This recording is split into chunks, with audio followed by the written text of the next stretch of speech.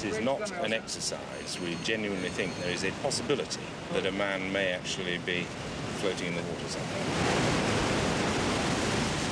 2 ratings who were passing aft down the port side of the upper deck saw someone coming towards them.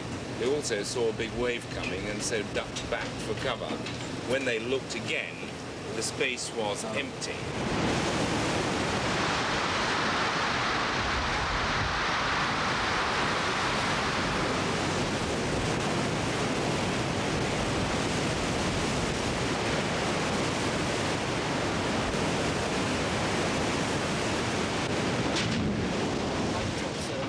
He was carrying a torch and he had a white top on. They don't know about his trousers, they just saw the white top, the reflection of his torch. So he could have been in either night clothing, half blow, or he could conceivably have been in cook's whites. Okay, please. We have a marker in the water which was put there within a few minutes of the chap disappearing over the side. There was obviously a time delay between the chaps reporting to the bridge. We also have a plot running in the operations room with the position marked. So we can get back to about the same position. We can send the helicopter there very quickly to search that particular area. And this, we also have our destroyers in company who will search that area. Would you excuse me? The senior engineer, sir, for you. Right, thank you. I must get to There must be a possibility, therefore, that somebody has been washed over the side. For this reason, we have called Thimblehunt, the helicopters are being scrambled and the Seabird is available, although the weather is foul.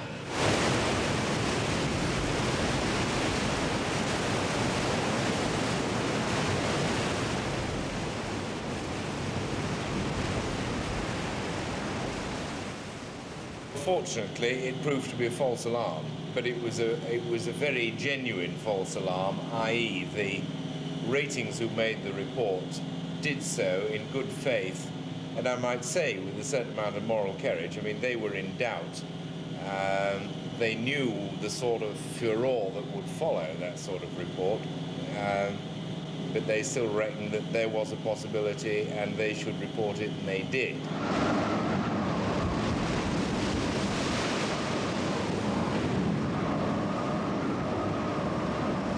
The main problem is that on this ship is that most of us are graduates. I still get the impression that I'm still at college, still at school, while I'm under training, and that I'm not doing a full day's work. That's especially true of graduates there, because it seems to us that we've been under training for so long. I expect to come out in the big wide world, get a fairly responsible job, and yet I'm standing time at the moment. And there's no responsibility as an officer under training, is there? That's right.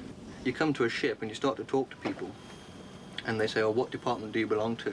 And you say, I'm an officer under training. And they seem to sort of shy back, being on such a large ship as this. They tend to sort of shy back, and they don't really want to mix with you as often, you know, as much. Say, if you were to say, well, I'm a pilot on 824.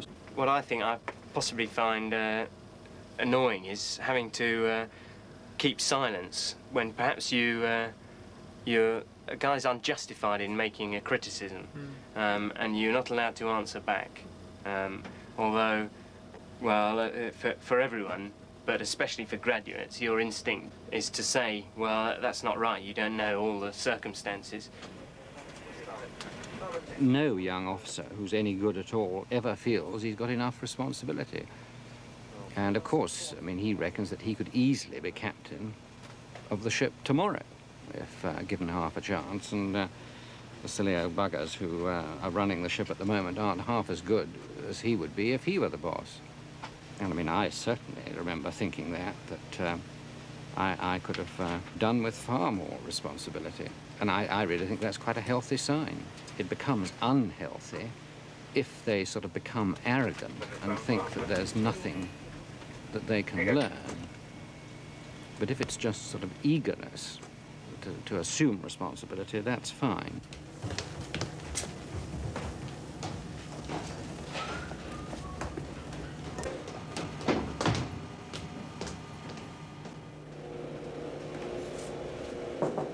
Morning, sir. Hello. Yeah. Hello, Chris. Take a view.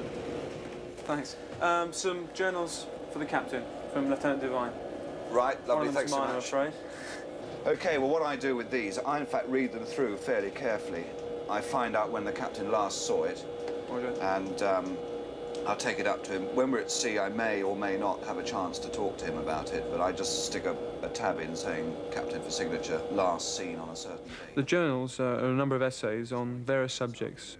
Starting this year, I did essays on Ulster, the Dutch wars in the 17th century, because we were operating with Dutch warships at the time. I sometimes think that it's somewhat superfluous for graduates, especially in art subjects, to do these essays, since they've had experience at university. I myself did about 200 essays when I was at Oxford. Good. Thanks very much. Morning. Bye.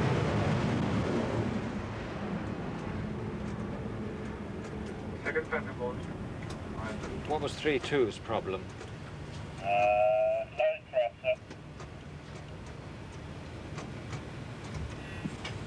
No thrust again. Low thrust. Low thrust. Permanent, sir. Roger, they'll have to do better before we get to Mayport. They're asking 30 knots. David Morgan's just been saying the sea temperature's dropped. Did he Yes. say 10 degrees? Yes, they think the Labrador current has come down. Yeah, we've sort of got into inshore, So, inshore of the Gulf Stream. We've and got to lowered the watch this. temperature. That's right.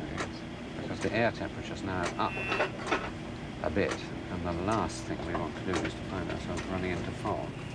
Well, this morning we're going to have a quick look at our electrical power and distribution system.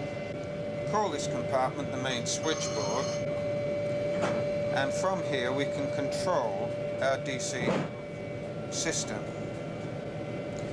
This display here and this particular part represents our ring main. Power cables. Going around the other departments in training, one has to bear in mind that a lot of things on this ship are sensational by everyday standards because of the flying. On the other hand, a lot of things are boring. I had a lecture on the main switchboard, which quite frankly nearly sent me to sleep. Here you see we've got a steam turbine, 1,250 kilowatt, and here's supply from a diesel generator, 750 kilowatts. Switchboards, I mean, there might be somebody's cup of tea, but not mine, unfortunately.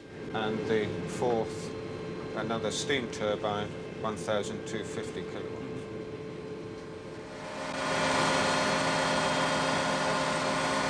This is one of our steam turbine generator compartments.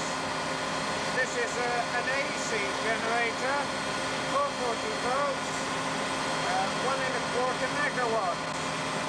You can see. Approximately half a ton weight, most of which is high explosive and rocket motor. The rocket motor and the warhead are both electrically initiated, so we have to take the appropriate electrical precautions. And the missile section is a section apart, really. For me, it's the high point of the ship, because the officers and ratings down there are so professional, and they play a vital role in the carrier's role as a strike ship. The missile which we saw, the Martel, I've got a lot of admiration for. Technical achievement and its use as a weapon. They also found that the warhead tends to leak a mixture of explosive and filling. Oh, it's all happening now. Yeah. Ready on for watch? I'm very largely protected from all the boring paperwork, and most of the paperwork that actually reaches me is quite interesting. I think a lot of it's to do with people, and that people are interesting. I mean, a lot of the confidential reports on officers and confidential reports on ratings. Yes. That's jolly good, and I think if you make it, that is just over-egging the pudding. Today, there are 4 of our ratings who are going to go to the Admiralty Interview Board to try and become officers, and this is something which is interesting, and it's worth taking trouble about. Yeah, good. Okay, thanks so much. Thanks. Coulton, CW candidate. Oh, yeah. Is he yours? No, it's mine, yes. One of the others. Yeah. What's he done with the bloody bum? I'm going to see if he's round the back, sir. Yeah, I don't know where he... The secretary... yeah, because I had the papers here, and now he's gone off.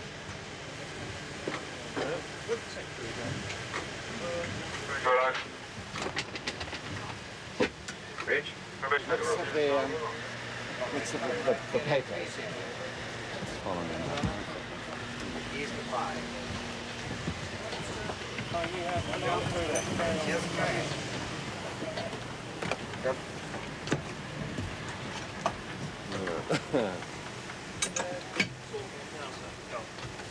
Sorry, no, let's start again. Cool. Yeah. When you want to say something, say it. Don't beat around the bush, trying to make it all airy-fairy. Advising people on English O-level. That's the nearest I've come to actually fulfilling my role as an officer, I felt.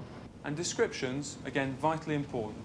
If you want to look at some really good descriptive material, go to the letters section of Mayfair. No, I'm not kidding you, because in there you'll find the best descriptive prose, I should think, in English literature today. Because you'll notice how it gets you all worked up, you know, that's something and the other. And you can just imagine what it's like there. Well, I think what we'll do is we'll give him the dummy board here in the ship before he goes, and give him sort of encouragement and help, and hope that he comes good when he gets there. All right, sir. Yeah, thanks, Joe. Thanks, sir. Captain, talk to us. Yeah. Reducing the slow heads off for 5 minutes while they spread the blade to the Sea King. Roger. It sounds a bit corny, but getting things like human relations right is really the most important part of the job, because if the guys on board are happy, the chances are they'll be reasonably efficient and work hard as well. I mean, obviously my aim is to have an efficient fighting ship, but I believe that I'm unlikely to achieve that unless I have a happy ship's company. So I do think that the sort of, if you like, the happiness and well-being of the ship's company, and of course all the officers, all the people on board, is really my major sort of requirement.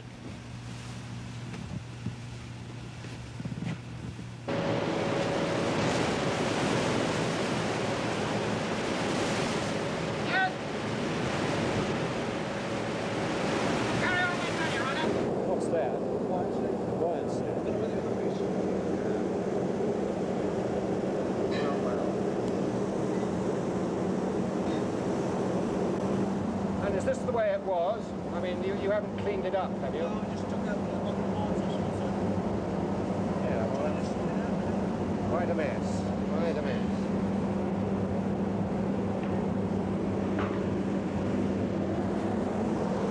Yeah, well, it looks to me as though it must have been fairly rotten before it started, quite honestly.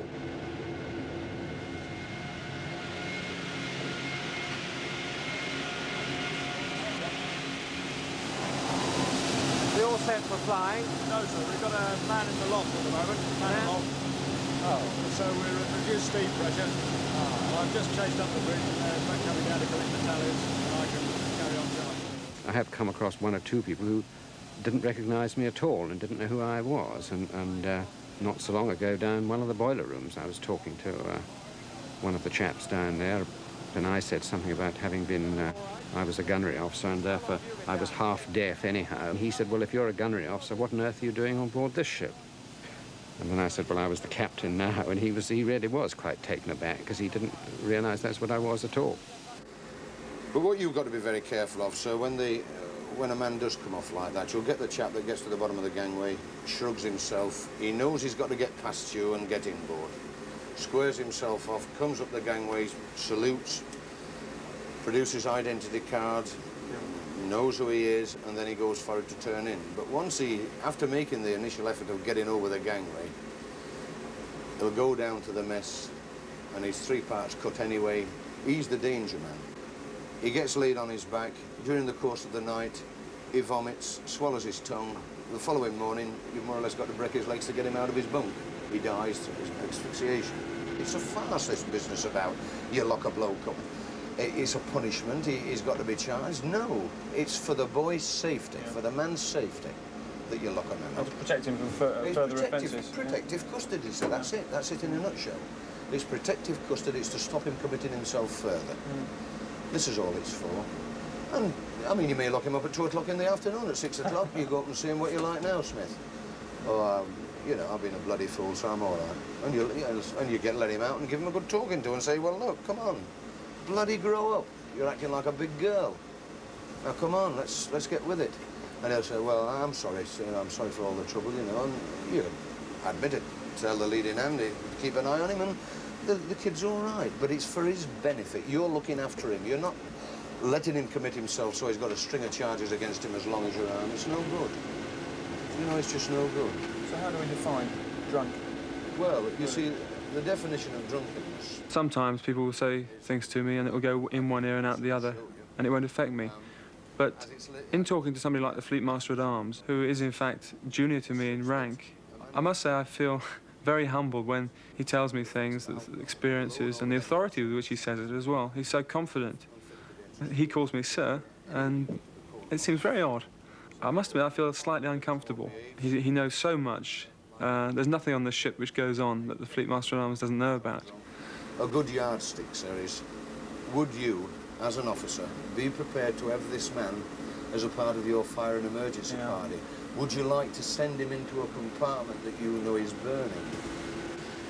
You get various types of chaps that drink and various types of behaviour. There's different behaviour patterns. You get one chap that comes off, the only thing he wants to do is get his head down. You get another chap that'll come off and he wants to serenade the officer of the watch. And you get another one that, very occasionally, very rare really, that he gets to be a nasty bastard. And he wants to have a go at the officer watch. Well, the thing then, of course, is that the gangway staff, they'll be there and they'll say, right, sunshine, come on with me. So the thing is, keep out of the way? Well, as much as possible. So you know, you've had the finest training there is, sir, and you enlarge on it by your experience, and it'll come to you. It comes to everybody by experience. 99%, sir, is bloody common sense. Yes. It is, honestly, it's common sense.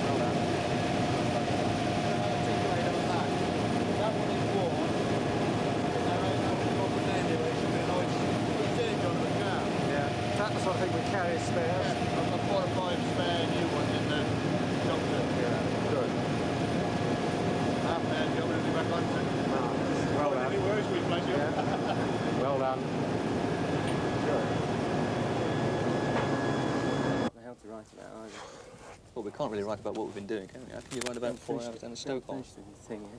Because that's right, Wednesday journals, isn't it? Wednesday? That's all I need, that is, this week. That's all right. Look, I've got watches every other day, completion of my task book for WE on Friday, and that test on Saturday. You've done it all, haven't you? You've had enough time. Yeah. You going on watch now, then, are you? 4 o'clock. What watch you're on the bridge, aren't you? Yeah. That's all right, nice and quiet up there. Oh, yeah. Bridge ops, flight change, He's a Russian intelligence gatherer, and he's been around for all the exercise, I think. But this is the first time he's been as close as this to us. Top bridge report, sir. He won't be able to go as fast as we can, so he won't be able to get very close. And they're normally very good at keeping close, but keeping out of the way at the same time. So I don't think he'll bother us. What do we hold at 140? 140, stand by. Clock bridge. What was the last known course of Misha? We've still got the AGI in station.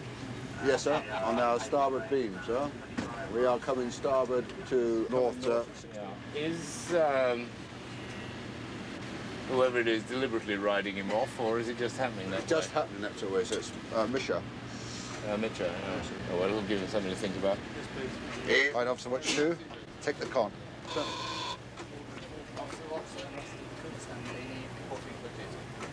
Roger. Ask the plot if if they can give you a surface sit rep. Plot bridge. Give me a surface sit rep. It is exciting having the Con. It's the largest ship in the Navy, and not many of my contemporaries would have the chance to give an order, although my order is backed up by the authority of the Officer Watch 1, which swings a 50,000-ton carrier in a different direction. That's the appealing part of it. Right, alter course to 160, steady on course, 160. Starboard 5. Starboard 5. But unfortunately, one knows that as soon as anything happens, one is going to have to hand over to the Officer Watch 1. Roger, concur. I'm looking forward to the day when I get the responsibility. Right, fetch it back to 155. Port 10. Port 10. Altering 155. Altering 155. Senior officers tend to be very critical. They seem to think that things which are commonplace to them can immediately be seen by junior officers. When the captain's on the bridge, one feels nervous, afraid to make a mistake because he is a very senior captain in the Navy and he has an odd way of twitching his eyebrow when he's displeased. Stop the swing. Midships. Midships. Give him his course. Steer 155. Steer 155. Course 155 by Bravo, Simpson. Very good. Very good. Midship. Steer 160. Steer 160.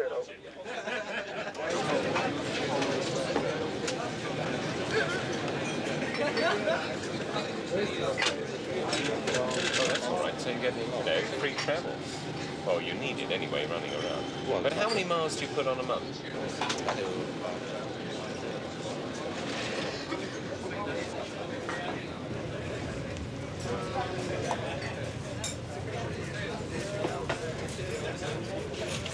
Dick, two Dicks, can you come over here if you want your ill-gotten gains? Nice, isn't it? Golly gosh. What's she doing with the surface? Keep it rather smutty. That's where I run short. Must be a couple of men all this.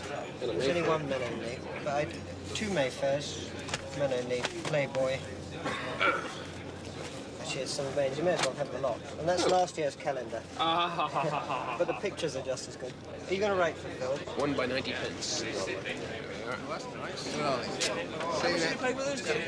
Didn't I do it? I read that last. I can't see that. I recognise it. Oh, no.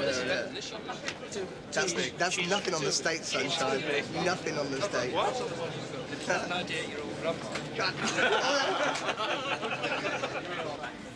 Collins, Dalton, Henderson, do the peanuts, okay? Get them all organised.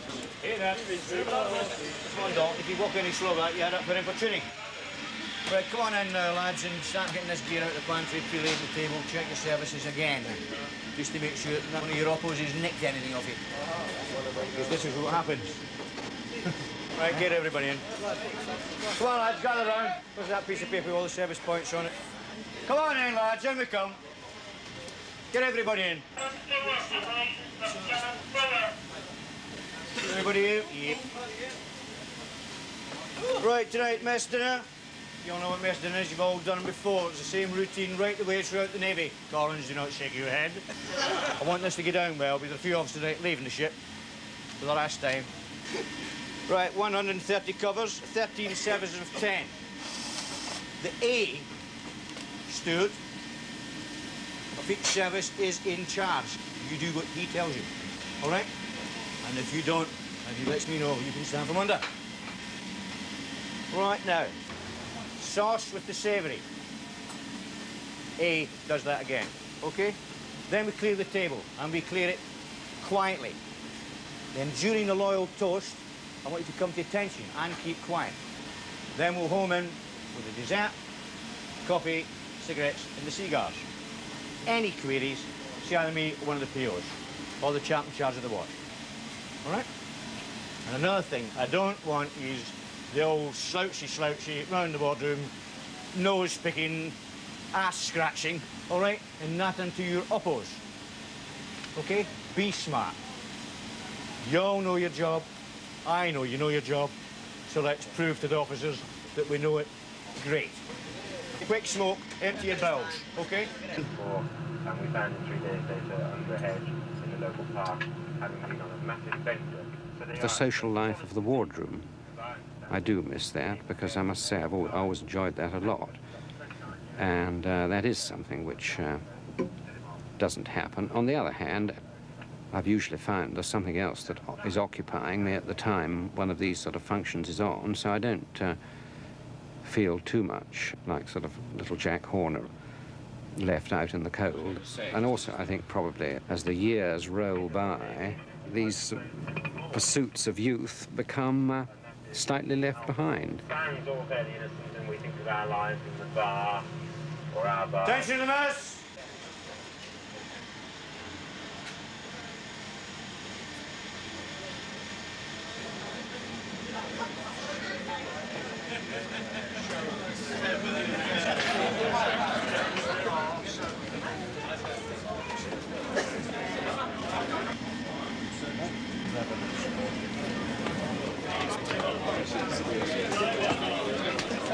David, don't get it.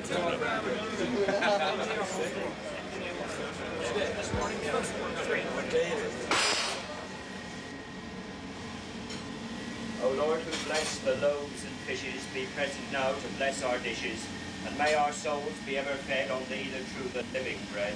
Amen. Amen.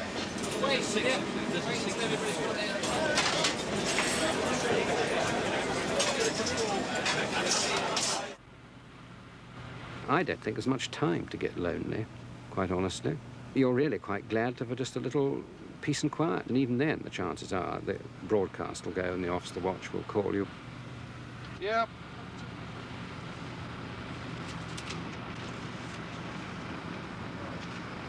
Have a signal telling the provisional promotions completed. Oh, good. Okay, I'll bring it out. Thanks. Yeah.